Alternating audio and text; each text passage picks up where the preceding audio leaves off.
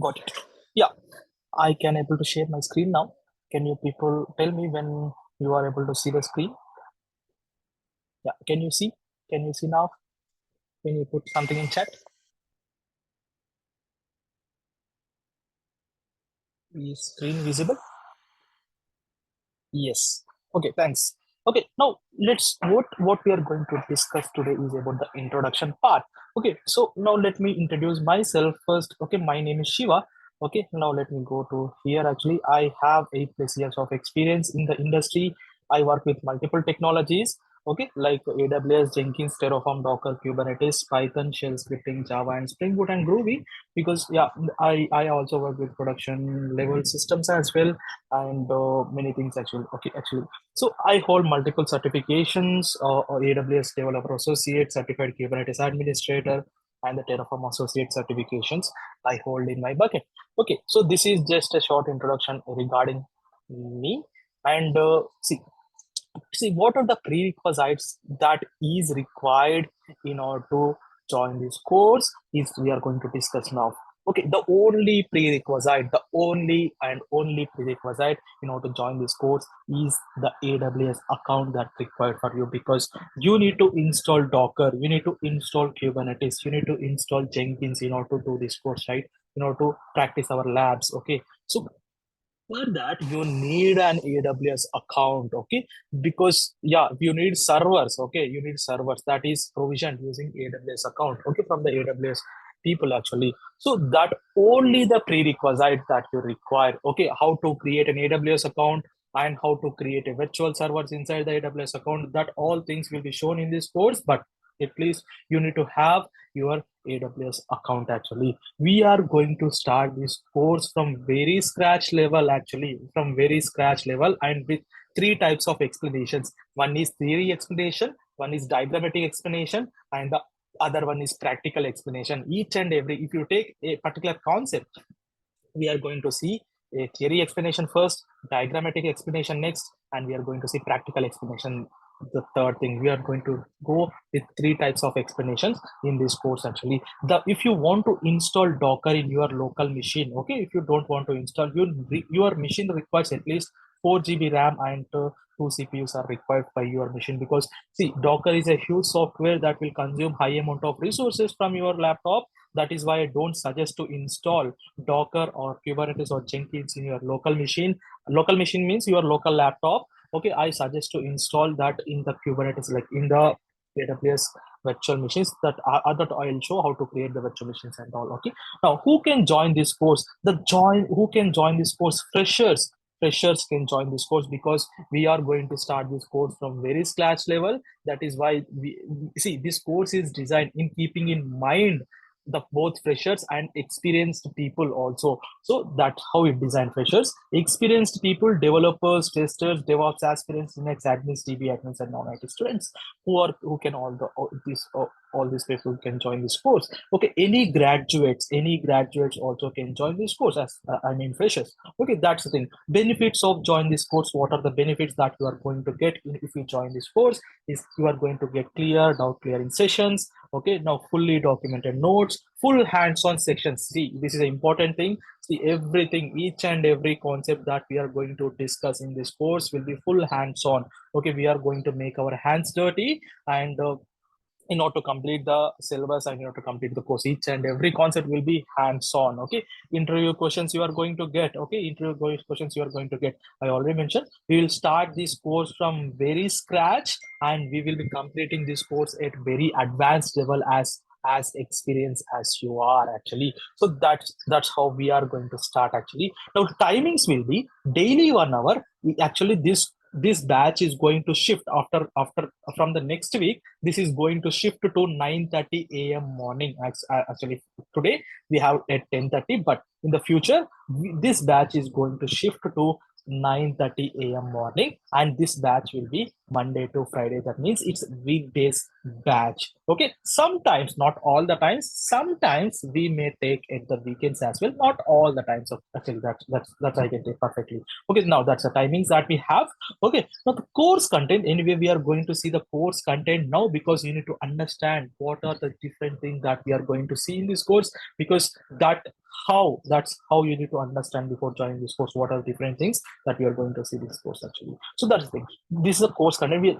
Next thing is we will be going to the course content actually. Now this is the content information. If you have any non-technical related questions like access issues and any other things, okay, you can contact DurgaSoft people. Any technical questions that will be solved in a class, okay, but non-technical questions you can understand, you can contact these numbers, or you can mail to this email ID, so that you can join you can able to solve your non-technical related questions actually. So that's a thing. That's a this slide actually. See, this only prerequisite you can understand here is AWS account that is required. Okay, the AWS account that is required. That's it. Okay, now what are the different concepts that we are going to see as part of this course? Let's go through one by one actually. Okay, now each and every concept in the course will be practical. Okay, each and everything will be in the course will be practical. Okay, we are going to do in practical. You can understand by looking at the syllabus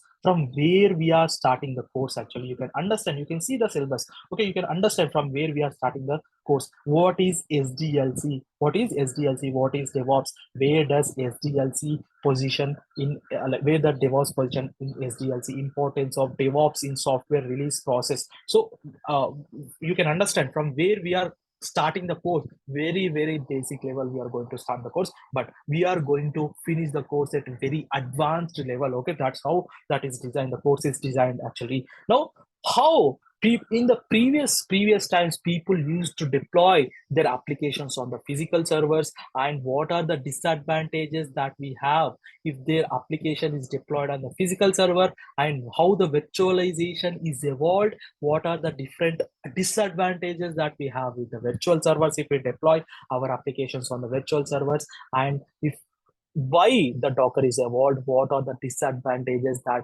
we have with the Docker, how the Kubernetes is evolved. In that manner, we are going to understand. We are going to understand the disadvantages of the previous technology, and because of that disadvantage, new technology evolved, and the new technology also have some disadvantage, and because of the disadvantage, other new technologies evolved. That step-by-step process we are going to understand each and every concept in this course actually. So that's the thing actually. Now, importance of Jenkins, Docker, and Kubernetes in SDLC, importance of that's the thing we are going to see as part of this course. Please don't mind, because I am introducing some technical words. I need to explain the course syllabus for you people, so that I am using this technical. I need to use this technical words, but it will be very clear. Each and every word that I am going to use now, it will be very clear in the course without any problems actually. That's how the course is. Now, next part will be a Jenkins introduction. In the Jenkins introduction, we are going to see what is CI/CD, popular tools in the market of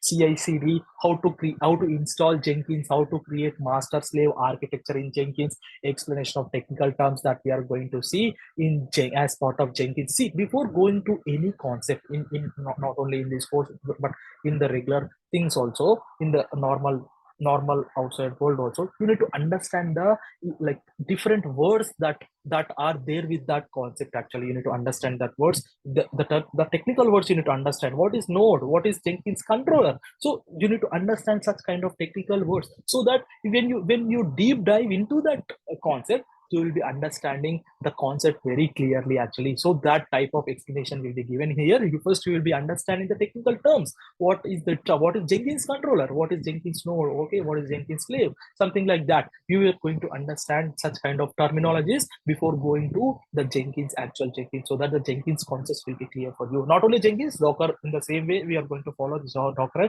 as well as Kubernetes also. So Jenkins deep dive. So when we talk about the Jenkins deep dive, we are going to create multiple projects like freestyle project and the pipeline project and multi-branch project. How to do that, and how to we are going to say there are two types of pipelines, okay, that will be there in Jenkins. Okay, one is scripted pipeline that is using Groovy scripts, and the other one is declarative pipeline. This also includes the Groovy script, but using shared libraries that we call it as. So we are going to see declarative pipeline, the popular one in the industry actually. See, whatever things we are going to discuss in this course, it is industry related, how the people are going to use these concepts in the industry, the same way we are going to see these concepts in our classes actually, so that it will be very easy for you people when you work on that concepts in the industry level actually, so that we are going to see the exact prototype that we will follow in the industry here in these classes. So that's how important that thing is. Okay, that's a Jenkins deep dive.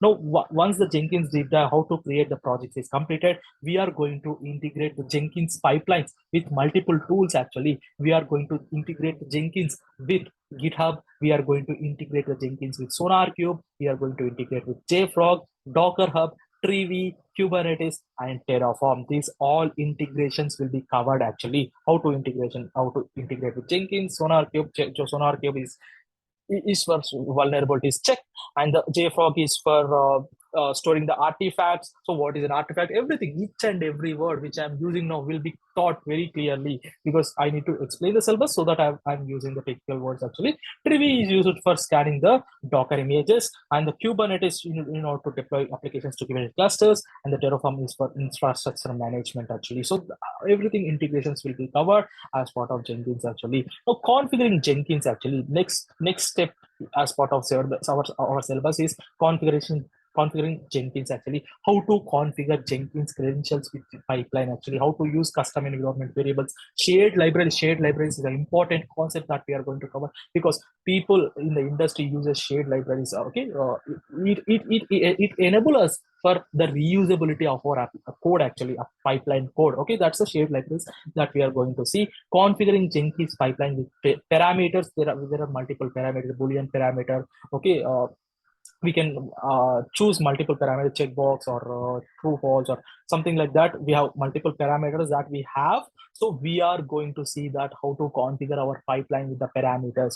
Okay, you are going to configure the pipeline with the Blue Ocean, because Blue Ocean is a kind of visualization purpose. You can use that Blue Ocean plugin so that yeah, we are going to see that clearly actually. Configuring upstream and downstream projects. Okay, projects or pipelines. So we are going to see that how to configure upstream or downstream projects actually. What is the use of that? Okay, that's also we are going to see how the industry uses upstream and downstream projects. So like that. Okay, configuring predefined environment variables with Jenkins pipeline. There are two types of environment variables. Then is custom environment variables. Other one is predefined environment variables. How you can configure predefined environment variables in your Jenkins pipeline, that we are going to see actually. Jenkins troubleshooting and backup. See, if you see, you need to understand what are the different problems that we are going to face as part of Jenkins. Okay, you need to understand the different problems. Okay, so what is the problem, in which case this problem has been appeared, how to solve this problem, you need to understand that one.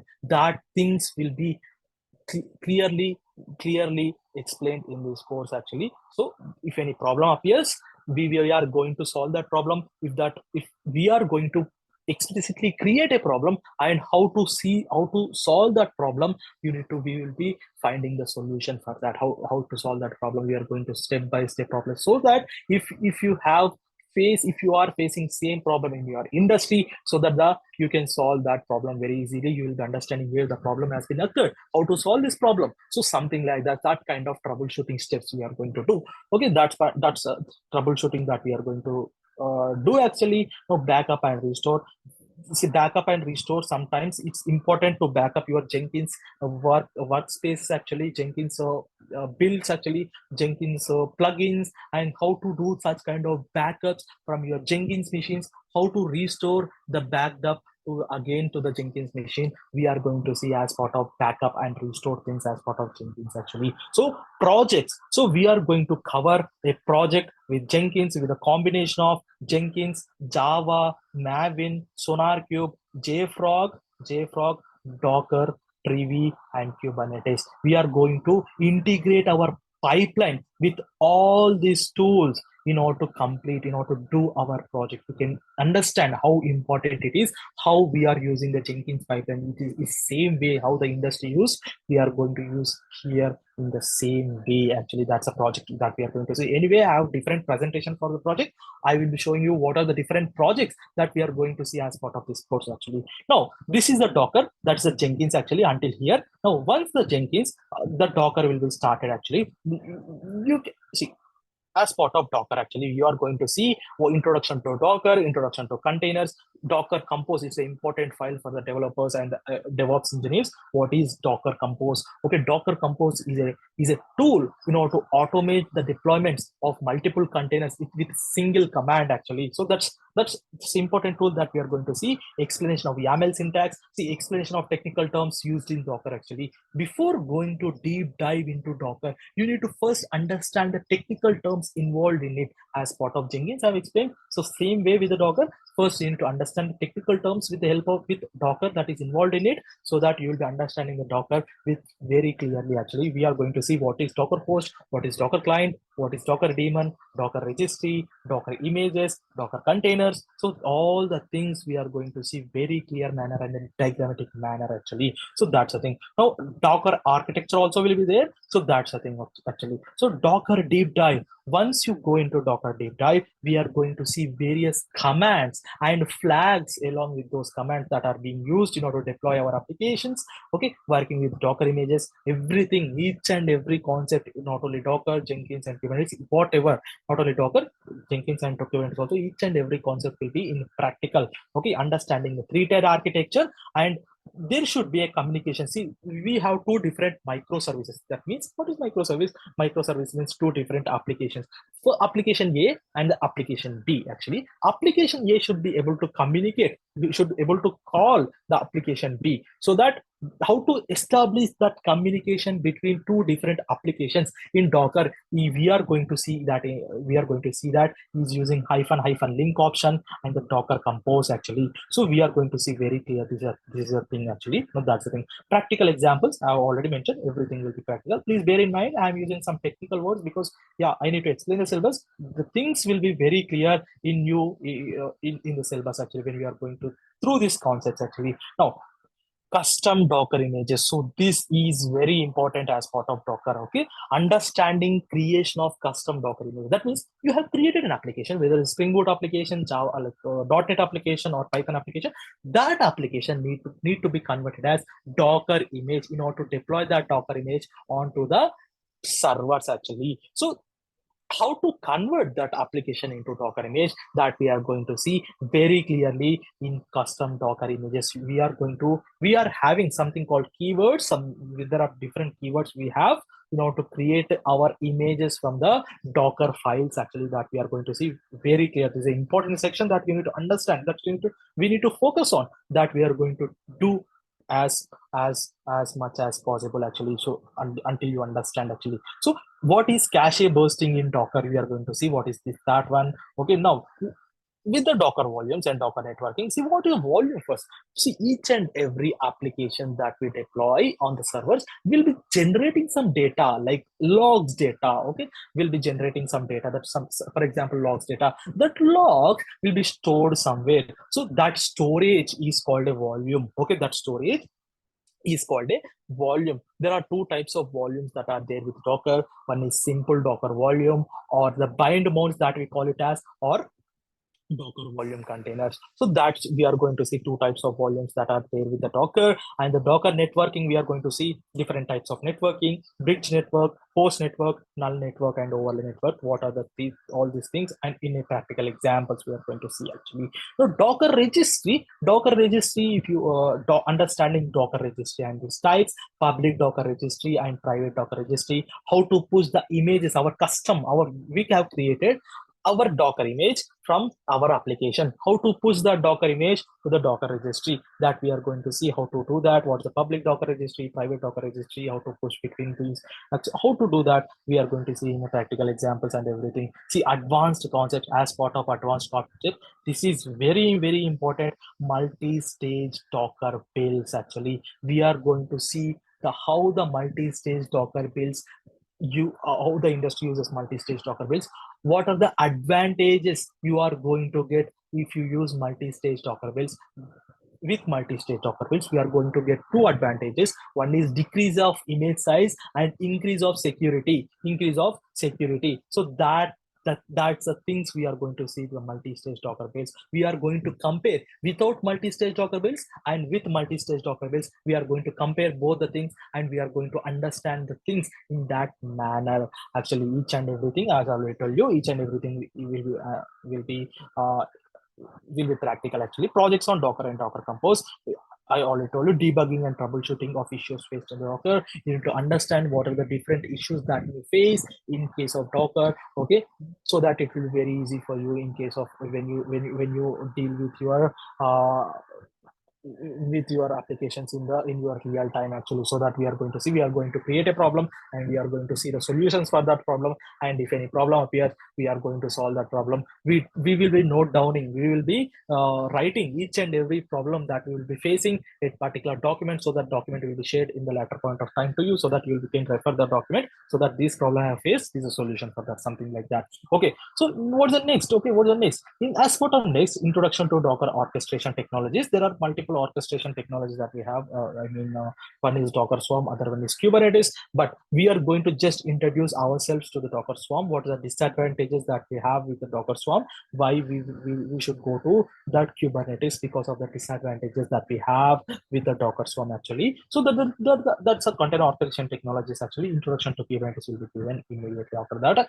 Actually, no, we will be this is Docker, actually. So quickly we'll go through the Kubernetes. So see, in as part of Kubernetes, what is K8s? Why we call the K8s, actually Kubernetes as K8s? Because between K and S in Kubernetes, there are 8 characters. That is why we will call it as K8s. Why? What is K8s? Why K8s? So how to install? I am going to show 3 ways of installing Kubernetes clusters. Actually, one is Minikube way. Okay, the other one is Kubedium way. The third one that we are going to see is the EKS way of creating Kubernetes clusters. Actually, you can decide. I'll be telling you.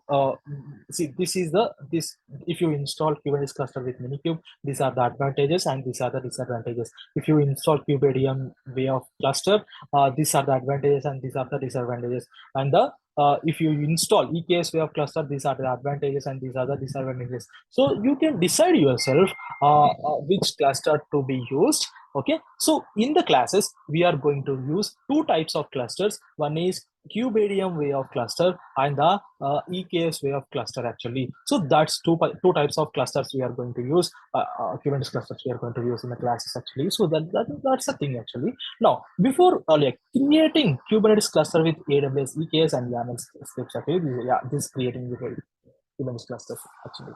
K8s cluster architecture and its components explanation, actually. Before going, as I've already told, before going to any deep dive with any concept, you need to understand the technical terms related to that concept, so that this also will be covered here. What is Kube API server? What is controller manager? What is scheduler? What is etcd? What is kubelet? What is kube proxy? Why it is used in the Kubernetes cluster? Container runtime engine. What is that? Why it is used in the Kubernetes cluster? How they are architected together? How they communicate together? So like that, each and every concept will be seeing in a practical and the clear explanation in a diagrammatic manner. Okay, explanation of technical terms. I already told you explanation of technical terms in the Kubernetes. What is pod? What is node? What is the config map? What is secret? So like that, technical terms will be explained. Okay, that's the thing. Now, exploring Kubernetes cluster, we are going to explore walk us through the Kubernetes cluster, actually. Now, imperative commands. See, there are 2 ways that you can deploy your applications to Kubernetes cluster. One is imperative way and the Kubernetes manifest. Okay, the industry used way is Kubernetes manifest. For the time saving purpose, you can also deploy using imperative commands.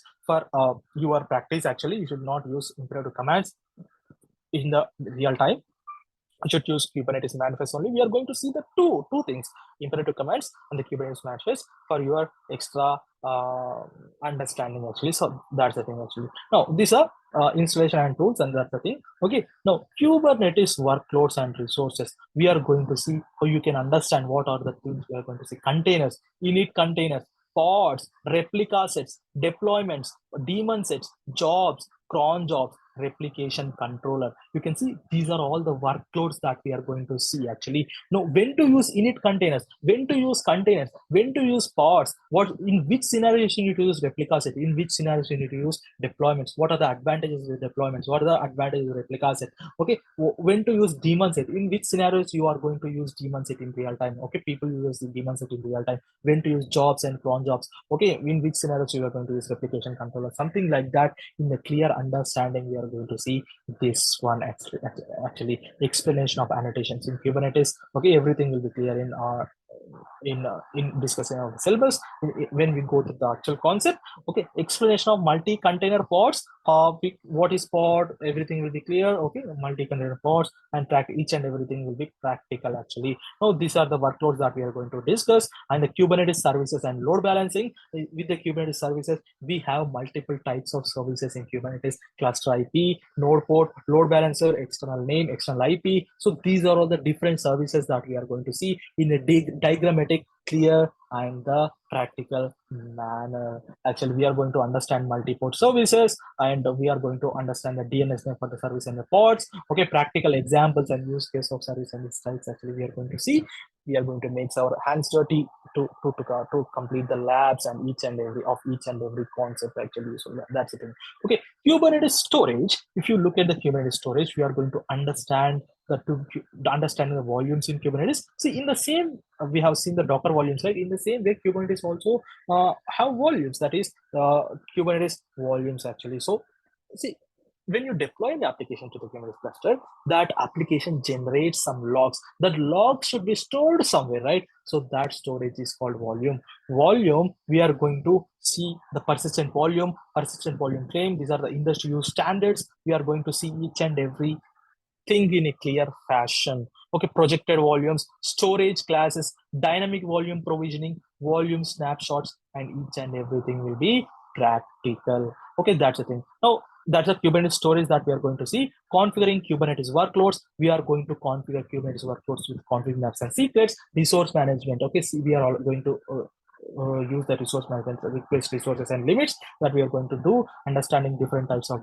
deployments like blue-green deployment, canary deployment. Okay, that we are going to see. Okay, rolling updates, recreate, something like that. Horizontal pod autoscaler. This is a very interesting one because see, suppose you have created an application, you have deployed that application into the Kubernetes cluster. Okay, now today only 100 people are accessing your application. Your 100 people are able to is satisfied with your application. There is no problem with your application as of now. But tomorrow, your application is popular and there are 10,000 people or users accessing your application.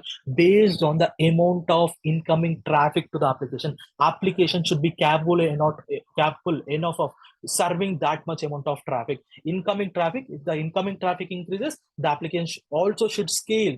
The capacity of the application should also increase. Okay, based on the incoming traffic decreases, the capacity of the application should be decreased. So such kind of scenarios we are going to see using horizontal pod autoscaler. Now, liveness probe, that's a horizontal pod autoscaler. We are going to see the health checks, liveness probe, readiness probe, and the startup probes, and the configuring pods with policies, image pull policy, and we are going to do that. How to do that? Configuring commands and arguments, explanation of namespaces, API groups, and Kubernetes resources under them, practical examples and use cases. See, everything will be practical actually. Please do not mind. Actually, I'm using some technical words because I need to explain the syllabus. Okay, that's the thing. So scheduling. What is scheduling? There are multiple nodes in the Kubernetes cluster on which, what is the nodes? Multiple servers. Okay, in Kubernetes, we'll call it as nodes.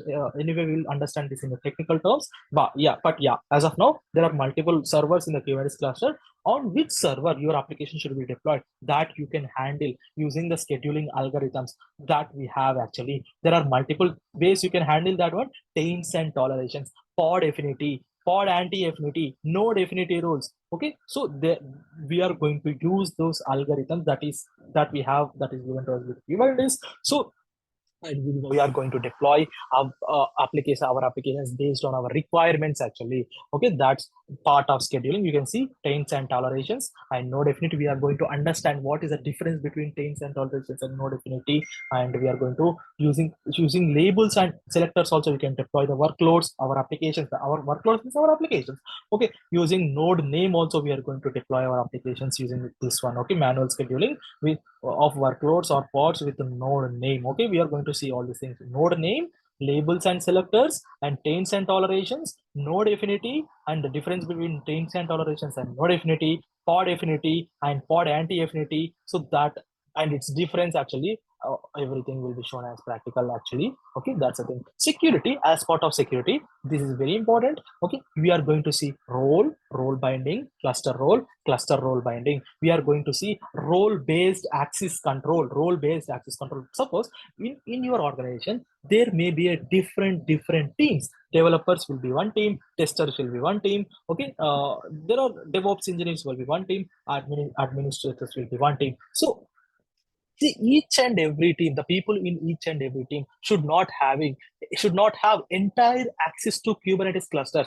That means developers should be able to only view the applications in the Kubernetes cluster. Testers should be only able to test the applications in the Kubernetes cluster. DevOps engineers should be only able to deploy the applications on the Kubernetes cluster.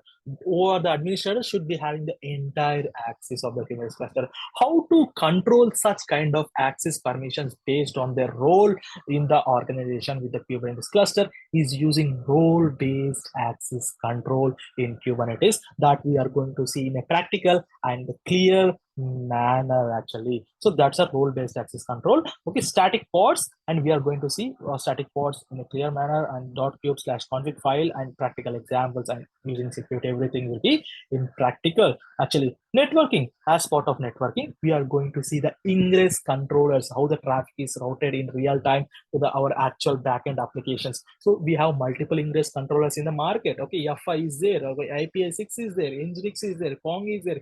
Okay, so that's Glue E is there. So there are multiple ingress controllers that are available. Istio ingress controller is there. There are multiple like that, but we are going to see two types of ingress controller. One is Nginx ingress controller and the Kong ingress controller. We are going to configure path-based routing to our backend applications that is deployed in the Kubernetes cluster. Okay, if you are accessing the application URL with /test, that the traffic should be routed to this application. If you are accessing the application with /demo, then the traffic should be routed to this second application. Something like that. We are going to route. We are going to configure our ingress controllers with path-based routing based on the API request that you are sent from your browser. See, some might be having some issues with the terms I'm using, like technical terms. Please bear with me. You will be very clear in case of our sessions, in the going on sessions actually. So that's the thing, we are going to discuss our networking concept. We are going to see our traffic network policies, because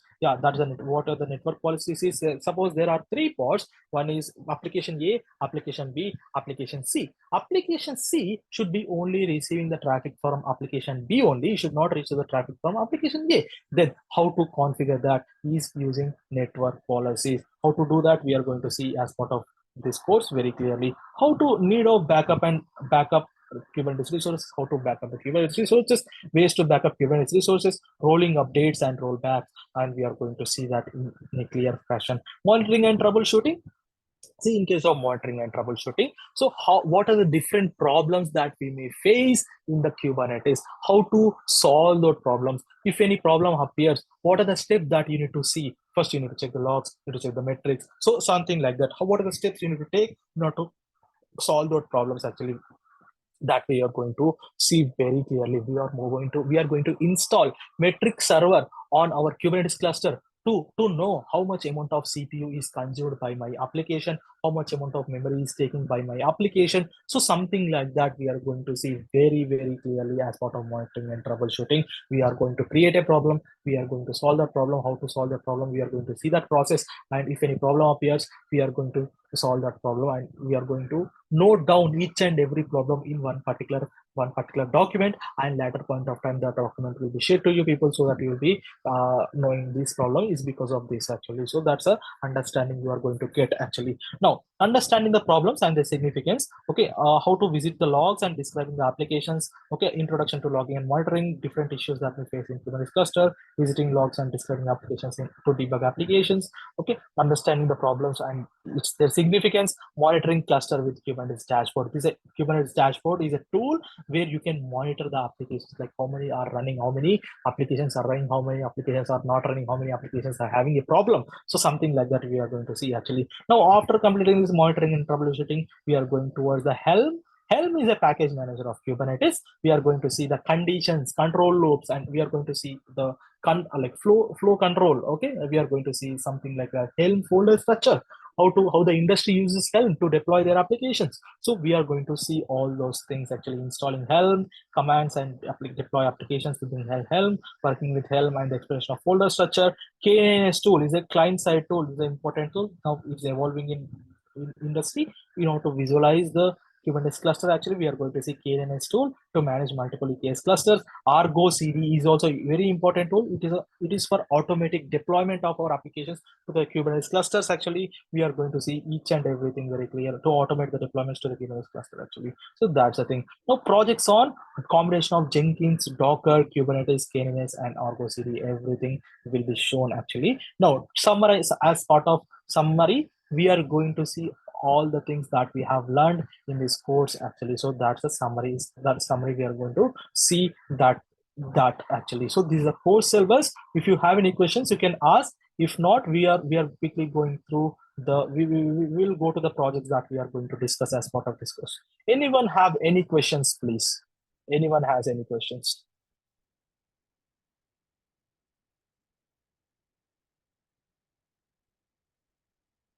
Anyone has any questions?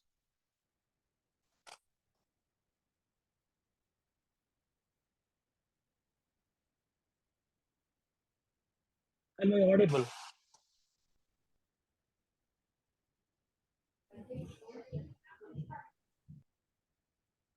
Hello. Am I audible? Yes. Yeah. Okay. Okay. So these are based on AWS or Azure? Like No, which platform? it's entirely based on AWS, not Azure. Sorry for that. We are not going to do that in Azure. Okay. Yeah. But whatever the required things in AWS, what are the steps you need to undergo in AWS, that will be shown. Okay. So that's Okay. So AWS knowledge is needed, right? no. Whatever the idea that required for you AWS knowledge, that is shared. Okay, that is shared between classes.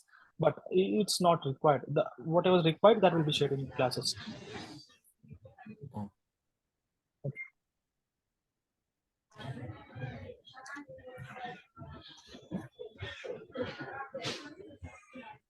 Okay, sure.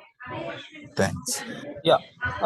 Shivanath, actually, it's not the declarative and scripted. It is like multi-branch pipeline script, multi-branch, how to configure the multi-branch pipelines, how to do the pipeline projects and the freestyle project.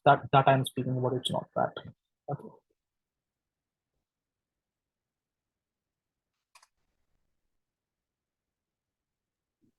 So can you tell like how much AWS knowledge is needed so that if I am comfortable with that, so that I can go with Azure in same way, like that. See, only AWS knowledge is required. Is creation of virtual machines. That's it. Okay. Thank you. That also will be shown as part of this course because yeah. Okay. Yeah.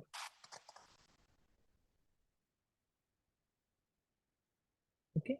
So yeah, if anyone have any questions, please ask. And see, as your support, we are going to create a Telegram group, and you people are going to join there. If any problem appears for you when dealing with the practice, we are going to support immediately when you post that your problem in the Telegram group. And yeah, that's the thing I want to discuss. If no questions, Shiva, can you yeah. show some notes regarding that? And I have 2 to 3 questions regarding. Which notes? Syllabus? Means what kind of the notes you will share regarding Jenkins, Docker, Kubernetes? See, regarding Docker, we are going to share the notes called Docker commands, what we are going to use in classes, and the concepts, what is Docker volume, something like that, that we are going to share regarding Docker. In Kubernetes, we are going to share some kind of manifest files that we are going to see in our regular classes. Then you can use that manifest files for your practice. In case of Jenkins, also, we are going to see some of the notes like how to configure credentials, how to configure environment variables, what are the pipelines that we use, and how the UI looks like, and how to configure different users, something like that. So all those things will be shared as part of notes. Okay, and one thing regarding this, as a Java, or I have completed full stack Java Python course. So as a developer, how much how I supposed to claim this experience? Means, can you guide on that? Yes, this if you complete the practice that we are going to discuss in this course, the experience you are going to get 5 to 6 years of experience. You are going such kind of knowledge you will be getting. Who has the experience of 5 to 6 years? Okay, and course of completion would be till second week of May we will completed this, right? No, I'm prior saying it may be extendable. It's not particular that it will be extendable. It may extend to 10 to 15 days. That's it. It cannot extend more than that. It may extend to 10 to 15 days. You cannot put like that like May first week, not like that. But yeah, it will be extendable because we are Okay. not counting. We are not counting weekends here. Saturday, Sundays we are not counting. Okay, weekdays only we are counting. Okay. So we can consider maximum 2 months, right? Yes, you can consider that. Okay. And one thing regarding the project we are working in this course, so can we how we can integrate with as a backend development, how we can integrate? Can you guide on that? Means how we can add on this project, or we need to add separate project? What would be your view on that? Yes, you can. How to integrate your backend projects will be shown very clearly as part of this course. We are going to see the projects what we are going to discuss. We have another presentation. After you are completing questions, I'm going to show the projects what we are going to see. You can understand there what are the how we are going to do the projects very clearly. Okay. Okay. And one thing, just in the first project, you told that as a Java Sonar Cube with Jenkins project. So in terms as a Python developer, what we have don't we use Maven, right? We have a pip install package installer So how can you can you guide on the in the upcoming lecture, means as a different developer how we can integrate understand that? See, yes. It's just see, if you are using Python or if you are using .NET, the only commands that are going to change in the pipeline script. If you are using Spring Boot or Maven commands you'll be using in the Python script. If you are using Python or if you are using .NET, the .NET related commands you are going to use. That's it. The change is the commands that will be there in the pipeline scripts, declarative pipeline script that we are going to use as part of Jenkins. That's it. That is very easy. That we can do that, no problem. Okay, fine. Okay, thank you. Yeah.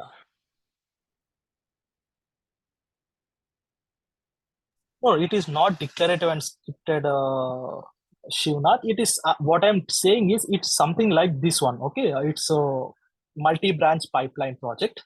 Okay, it is a pipeline project and freestyle project. Everything we are not going to cover in this pipeline like scripted pipeline. We are going to, as it is not used nowadays, we are going to cover only the declarative pipeline, writing the pipeline scripts in a declarative form. Actually, that we are going to see because that's the thing. Actually, it is not scripted pipeline is not used in the real industry as of now. Who are using the legacy applications like that is previously developed by previous 5 years or before 10 years, that is they are using the scripted applications. Nowadays people are only using declarative applications, so the latest technology that we are going to use here actually. Okay, that's it. Okay, if no questions, let's go through our projects that we are going to do. Okay, now where I can show you the projects. One second. Yeah, now let me go here. Yeah, these are the projects that I have with Jenkins Docker. We are going to do with Jenkins Docker and Kubernetes. Okay, this is the project number 1 that we are going to do actually. After completing our Docker or different concepts that is involved in Docker, we are going to use all those concepts in our project number 1. We are going to use the Docker file. We are going to use the Docker volumes. We are going to use the Docker compose. We are going to use the Docker networking. We are going to use the network container communication. We are going to use all the concepts that we learned in the Docker, and we are going to design. We have designed a project. We are going to do this project. Everything, each and every diagram, we are going to see each and everything which is shown in this diagram will be automated with the Docker compose files. With the Docker compose files, with one click, entire project will be deployed, and you will be able to access your application from your web browser or from your Postman. Postman is a tool where you can send the API request, and Mongo Compass is a tool where you can view the database, the data inside the database. We are going to do this project in a complete automated manner using Docker compose file. Actually, everything Docker, installing Docker, deploying containers, creating a container out of an image, okay, creating a Docker image, okay, like everything, port forwarding, port mapping between 8989 and 80882701 8227017, everything will be automated with Docker compose file. Okay, we are not going to do anything manually. Okay, just that kind of automation that we are going to do in this course actually. So that's the thing. That's a project number 1. It will be shown as after completing the Docker actually. Now, this is the project number 2. Okay, as part of Kubernetes, actually something need to be added, cron jobs and jobs here. Now, we are going to deploy 2 microservices. This is first microservice and this second microservice. We are going to integrate how the first microservice application communicate with the second microservice. Will be using service. We are going to do this project. As part of this project, we are going to configure this project with PVCs, persistent volume claims, and the PVs, persistent volume, and these persistent volumes will be created as part of AWS, and we are going to configure horizontal pod autoscaler along with this project. We are going to configure secrets. We are going to configure config maps. We are going to configure resource requests and limits. Okay, we are going to configure namespaces. We are going to configure resource quota. We are going to configure cron jobs, and we are going to configure jobs. Okay, everything as part of this until the project number 2, whatever the different concepts we are going to cover, everything will be part of this project. Actually, everything will be part of this project. Okay, this is a project number 2 that I want to show you. Okay, this is a project number 2. Okay, now this is the project number 3. Actually, as we go further in the project, the complexity of the projects increases. The complexity of the projects increases. Actually, we are going to integrate. What's the difference between project number 2 and project number 3 is we are going to integrate 2 things here. One is the security using role-based access control, and the other one is the networking. We are going to integrate the second project with the security using RBAC as well as ingress controllers. Okay, we are going to use 2 ingress controllers, one Kong and Nginx ingress controller. Based on the API request that is coming from the browser, the traffic will be routed to that particular application, backend application. Actually, you can see if the path is /test, the traffic will be routed to this service. If the path received by the ingress is /demo, then the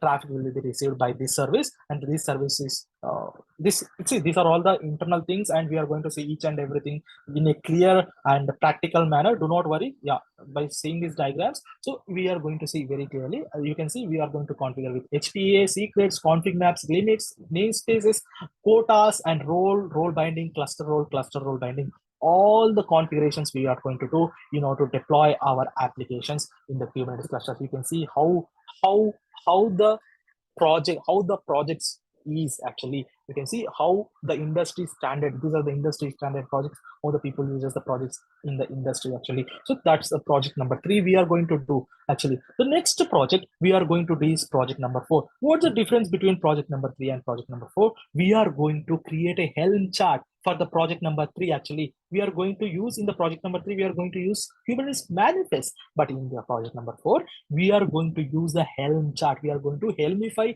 all the manifests that we have in the project number 3. We are going to create a Helm chart out of those manifests, and we are going to integrate that with the Argo CD, and Argo CD is integrated with GitHub and the Kubernetes cluster, and whenever the manifest going to be changed in the GitHub, it is automatically triggered Argo CD. That means the application will be automatically deployed on the Kubernetes cluster actually, without we manually interacting with the Kubernetes cluster. The Argo CD does this for us actually. Now we are going to visualize our Kubernetes deployments, our applications that is deployed to the Kubernetes cluster using K9s dashboard. The dashboard looks like this. Okay, this is a K9s dashboard where you can visualize your applications that we deploy on the Kubernetes cluster, and this is the Kubernetes dashboard. This is a K9s dashboard. This is a Kubernetes dashboard. This is a client-side dashboard where you are going to install this dashboard on your local machines, and this is a server-side dashboard where you are going to install this dashboard on the Kubernetes cluster. Okay, these are two different dashboards we are going to integrate with a Kubernetes cluster, and for visualizing your Kubernetes cluster, your applications actually. You can see the difference between the Kubernetes project number 3 and project number 4 is the Argo CD, the automation that we do with Argo CD, and the Helm that we do with package manager with Kubernetes, and the dashboards that you are going to integrate your Kubernetes cluster with.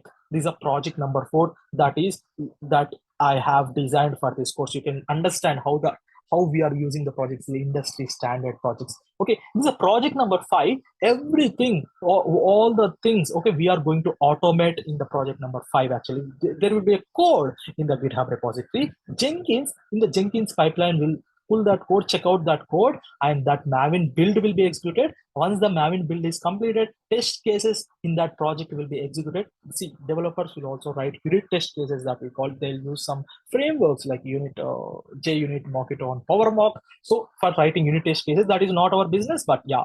So that test cases will be executed as part of this pipeline, and once the test cases is successful, then the Sonar Cube step will be coming. Sonar Cube will be for vulnerability check. If any vulnerabilities is there for the dependencies that we add to the project, so that check will be done in the Sonar Cube. Once the Sonar Cube step got completed, that will be integrated with JFrog. JFrog is for what is that? Okay, artifact storage. Okay, we are going to store the artifacts that is generated from our project to the JFrog. See, I am using some technical words. I understand, but it is mandatory to use now because I need to explain the projects that is there with this course actually. So that's the JFrog. Once the JFrog is going to complete, we are going to create a Docker image. That Docker image is scanned by Trivi, is used for scanning our Docker image. That Trivi is a tool actually. Once the scan is got completed, you are going to upload the Docker image to Docker Hub. Once the Docker Hub upload to Docker image, once the Docker image got uploaded to Docker Hub, that is going to be changed in the GitHub repository, and the changes in the GitHub repository automatically detected by the Argo CD. Argo CD automatically deploy the changes into the Kubernetes cluster. Okay, that kind of automation that we do as part of this project. You can just understand how important the project is.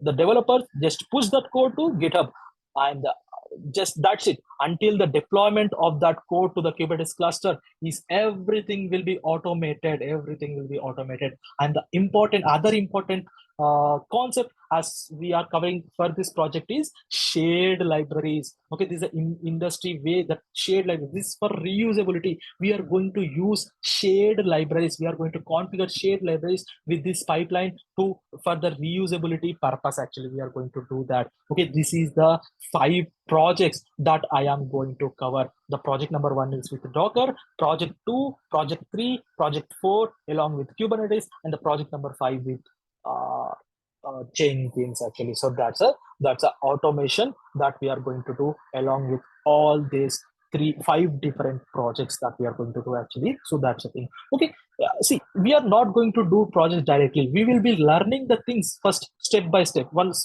see, we will be learning concept first concept, A concept, B concept, C concept. There are 3 concepts: A concept, B concept, 3 concepts, and we are going to combine all these concepts, and do a project, something like that. We are not going to do the project directly. We are going to first learn the concepts and do the practicals, and by combining all the concepts, we are going to do the project actually. So something like that. In that manner, you will be understanding the things, and you will be very clear with the projects and the concepts actually in this course. So that's the thing actually. If anyone have any questions, you can ask. Okay, here actually. Okay, that's the thing. Yeah, Shiva. Okay, yeah. Hello. Can you hear me? Yeah, my voice is audible. Yes, your voice is audible. Can you talk now? Hello. Hello, yeah. Yeah. Just I want to ask. This actually the you told right now. This Sonar Cube JFrog. I didn't argue what exactly it is. I didn't get. Okay. Uh-huh. Okay. And I have also heard about some DevOps tool means Ansible, Chef, Puppet. What are these tools and how they are fit in this DevOps environment? Or if we are not using that, then if we are claiming that experience, the interview person will also ask, why didn't you go for that tool? So how we can manage this? Will you guide on that? That Ansible or the Chef or the Puppet, those are configuration management tools. Okay, if you have multiple servers, there are 100 servers, 100 machines, 100 servers are there in your organization. You need to install software patches, security patches to that 100 servers. See, if you go inside each server, server number 1, install package, install like that one. Okay, security patch. Okay, server number 2, install security patch. You cannot go to each machine and install security patches, right? So there are tools like Ansible, Puppet, as well as Chef. So there are multiple tools like that. What their tools does, once the configuration changes has been done in your code, that all that changes will be applied to all the 100 servers at a time. But that is a configuration management tools that will not be covered in the syllabus, that I can say, because this syllabus is purely for Docker, Jenkins, and Kubernetes. That's it. No, my question is that whenever we are setting this project, whenever we are doing this project, we should also understand our roles and responsibility regarding to this project. And if we are not using configuration management tool, then what would be our answer to tell the interview that this was not my responsibility? Means you get my point, what I'm trying to say?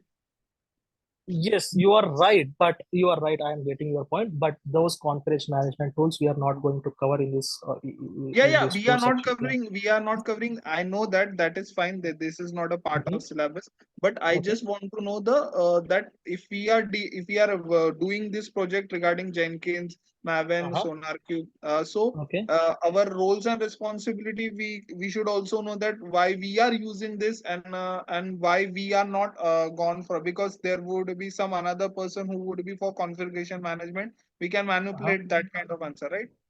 Yes, you can manipulate that kind of answer. You can able to answer. We are going to see that one thing. So how you why you are using this, why you are not using this. Those answers you will be getting when you configure the Jenkins pipeline. Okay. Last thing about the after completing this course, would you share some sample resume that how as a how we can add on our will you share that?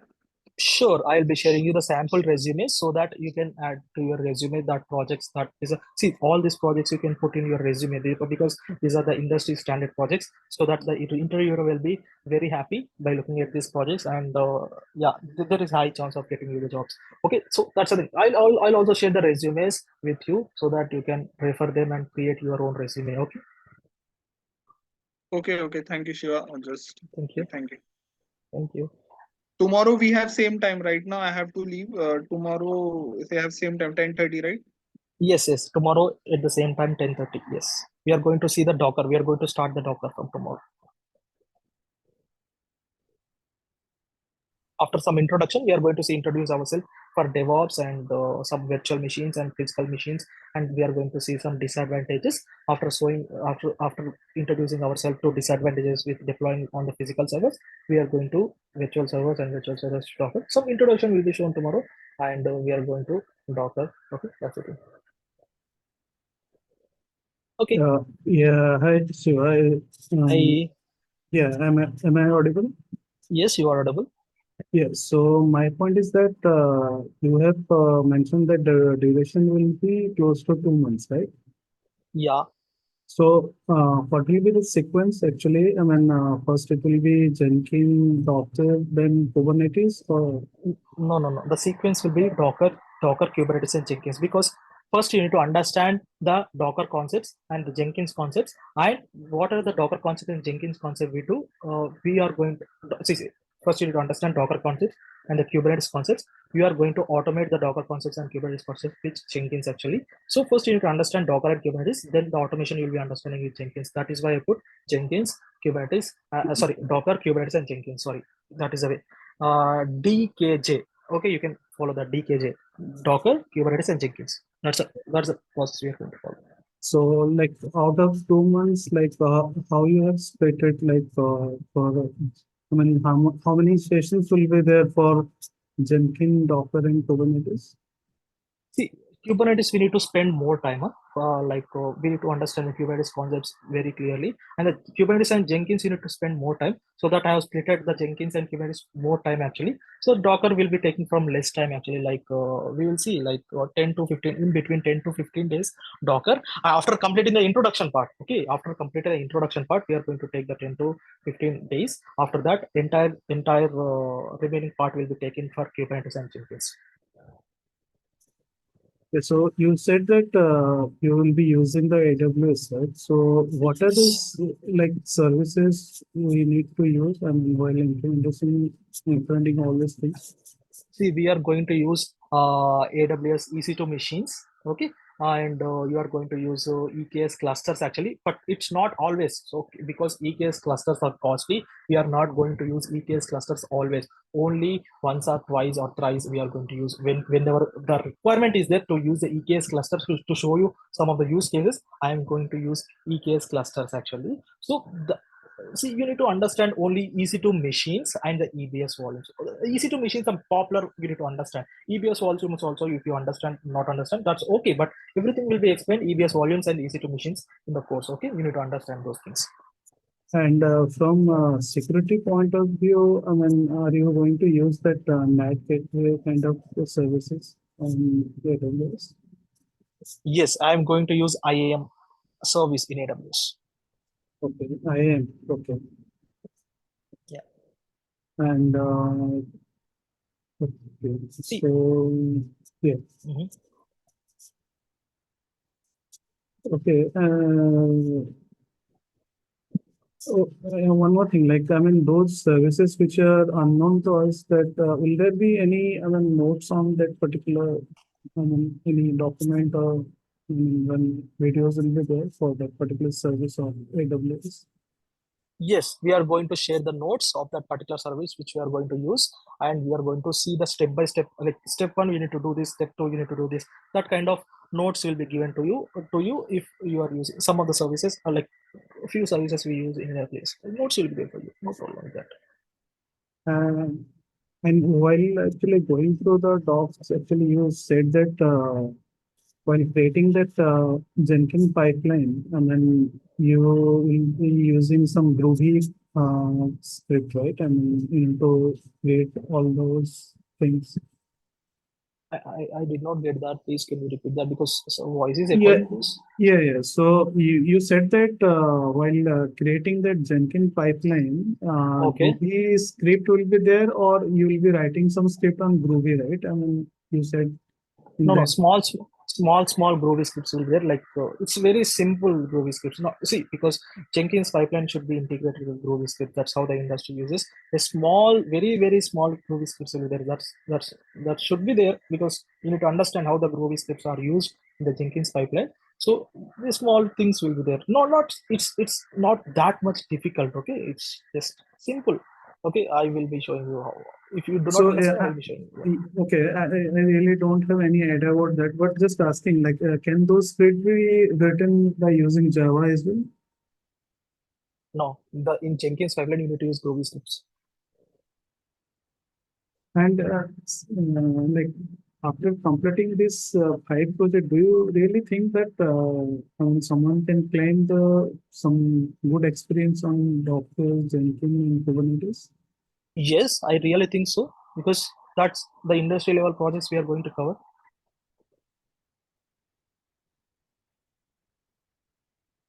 Okay, fine then. I mean, are you also providing any running note? I mean, while going through the session yesterday? No, running notes will not be there, because all the things which we are going to discuss at later point of time on the day itself, we are going to upload the documents to your drive. Okay, you are going to get an access to the drive.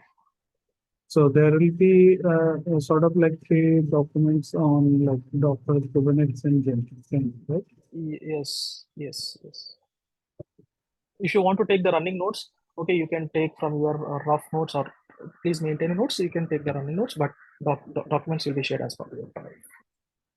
Yeah, I mean, just asking because while you probably showing some demos on like the steps we need to follow, right? So probably the video content will be like for a limited period of time, right?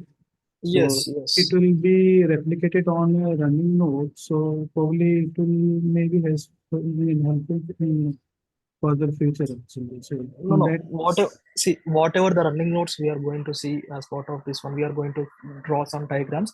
All Hmm. those running notes will be part of the document. You know, of explicitly taking running notes actually. But if you want, you can take, no problem with that. But as part of the diagram, like documents only will be there actually. But in Kubernetes, some of the diagrams you can take actually, no problem with that. Okay, so I understand your point. Okay.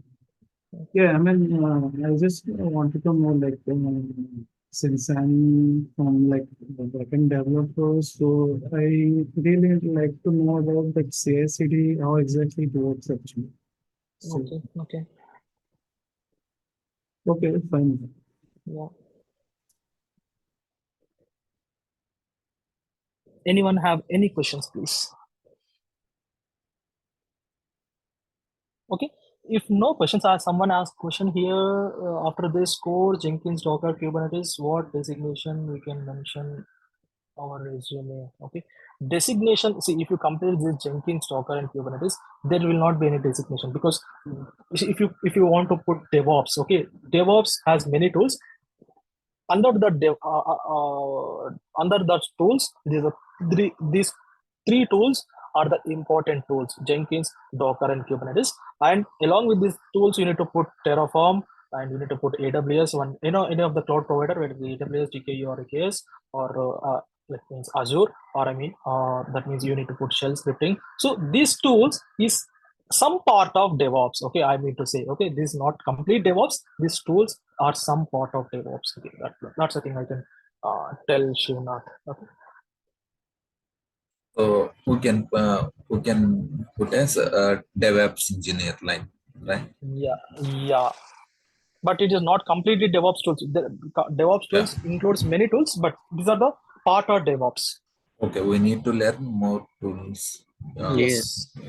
So I think DevOps is a journey. It will take minimum 6 months if you want to learn everything in DevOps. But Yeah. what I think what Shiva told us we will cover in this course is Kubernetes and Jenkins and Docker, which is 3 most new usable tools in DevOps, which are mostly fundamentals, which is good for starting, right? Yes. And that is what he's teaching us, I believe. Yes, it's I- not only starting; it go to very advanced Intermediate, levels. you can say, yeah, intermediate. Yeah. There are many things in DevOps like that. ELK stacks and service mesh. Okay, there are many things. Okay. Yeah, yes.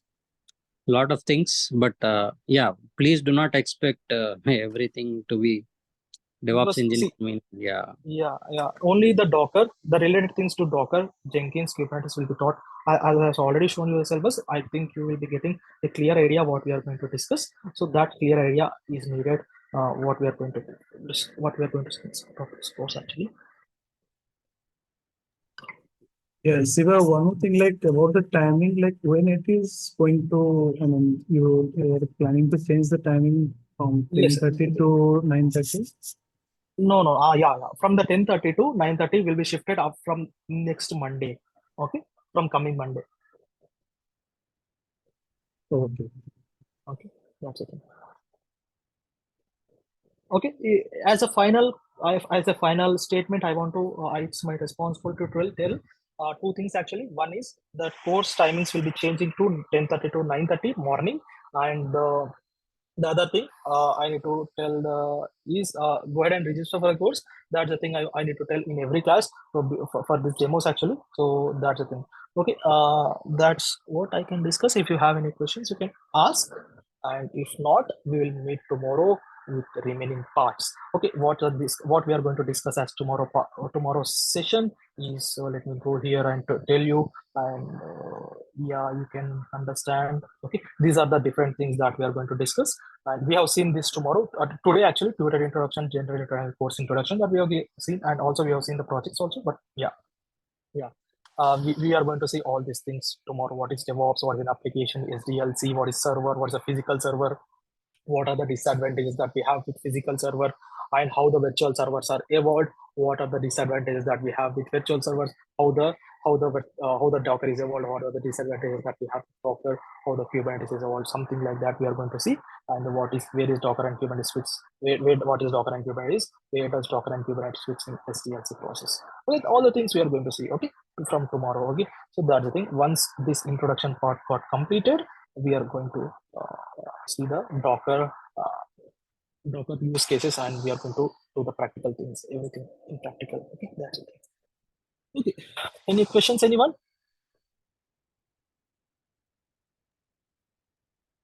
Thanks, Shiva. We'll meet. Thank you. Thanks everyone. Thanks for joining. Have a good day. Okay, thank you. Bye. Thank you. Thank you.